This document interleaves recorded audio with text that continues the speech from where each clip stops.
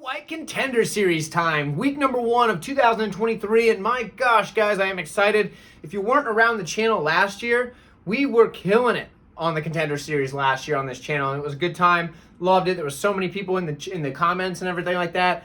People, friends of the fighters. I love it. The Contender Series is so much fun because a lot of these guys are getting their first opportunity at the big time, and it just is a fun environment, fun thing to be a part of.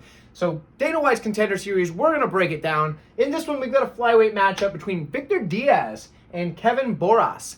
Now, for Kevin, he was originally on this, and he had a different opponent. Well, didn't work out. In steps Victor Diaz, who's fought at both both flyweight and bantamweight. Diaz, I believe, is the LFA champion in both weight classes, if I'm not mistaken. At least he was at one point. Don't know if he still is. I think he still is. Either way, should be a fun matchup. This is a very good one because it's very much style versus style. We get the striker versus the grappler. And we're going to break this down and see how these guys shake out, how they match up. Let's start with Diaz. He's 5-0. He's taking on the 4-1 Boras. For Diaz, the dude's a grappler. He's very much a jiu-jitsu player. His jiu-jitsu is his main weapon. He can strike a little bit, and we're going to cover that really quick first.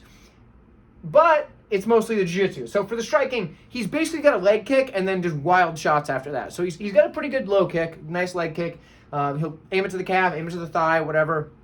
Other than that, it's just big looping wild shots. Because what does he want to do? He wants to get in tight, and he wants to use a body lock takedown to drag guys to the mat. He'll switch to a single leg if need be. He does stay with the attempt until he gets it, typically. So he's basically just looking to get the fight to the mat. The takedowns aren't fantastic, but because he continues on them so long, it's hard for guys to get rid of him. Once he does get to the mat, though, he's got very good top control and starts using elbows from the ground and pound very quickly to start opening up submission attempts. He does a very good job of causing damage to get that submission to open up. Now, his submission arsenal is very good. He's got a wide toolbox, a very large array of different moves he can use.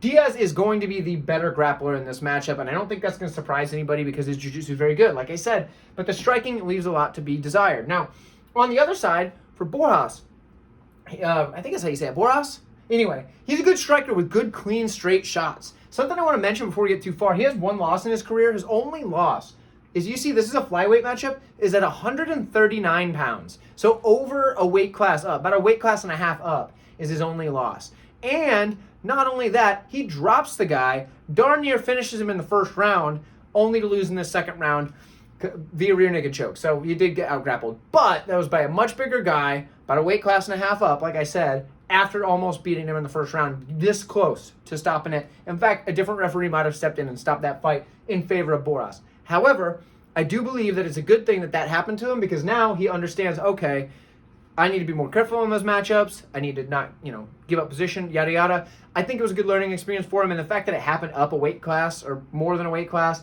I think is a good thing because then it also shows that, you know what, when you look at his record, it's not that, he's coming in with one blemish in the last 5, but it makes a little sense. So anyway, back to the Boras side. Good straight shots, he's got good combinations, and he mixes his knees and elbows into his combinations, which that's high level. For anybody that does any striking for like training or whatever, if you train a martial art, mixing your strikes, your punches, and your kicks is one thing. That's also very difficult. A lot of people, they're either boxing or they can throw a kick at the front of their combo and then go to boxing, or throw a boxing combination and then a kick at the end. They can do that, and that's pretty advanced technique there for a lot of people.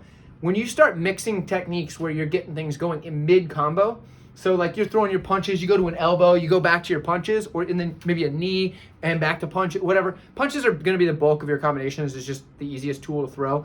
When you're mixing that stuff in combinations well, and it's like flowing well and looking crisp, that's impressive. So for Kevin here, he's got good combinations. He really does. He has clean kicks as well. The guy's good at all those things. He does counter a lot. He'll counter strike with guys, which leads me to the thing I don't like is his lean back defense where he does this and tries to counter. Sometimes that can get him caught with guys that'll follow up. I don't think he's got to worry about it much here because Diaz isn't a big striker, and realistically, I don't think the striking's even close. So I don't think he's got to worry about it, but I mention it just so you don't think I overlooked it. What I do like is that he catches low kicks and lands a straight shot. Here's the thing. A lot of guys catch low kicks, look for a takedown. Not Boras. He does, catches your low kick and comes with a long straight shot right down the pipe and drops guys. He does it a lot. And then what you'll see him do is Nope, back up, just come off, you know, and he'll make the opponent get back up. He'll fall him to the ground if he thinks he's got an advantage. He's done it a couple times, but typically he's going to make him get back up. And why is that important? Well, he doesn't want to end up on the ground with this guy. So right here, we got a guy that's going to catch the low kick, his best move on the striking or on the feet, and he's going to throw a straight shot rather than look for the takedown. I like that a lot. He does work the body well as well. That's a good thing in this one. Honestly, I just saw the odds before recording this, and I'm pretty sure Boras is like plus 300. That's pretty wild as for a guy that's that much better of a striker. However, Diaz is that much better of a grappler, so there is that. Now we get into the grappling of Boras. He's not bad. He's got good grappling. Mostly the defense.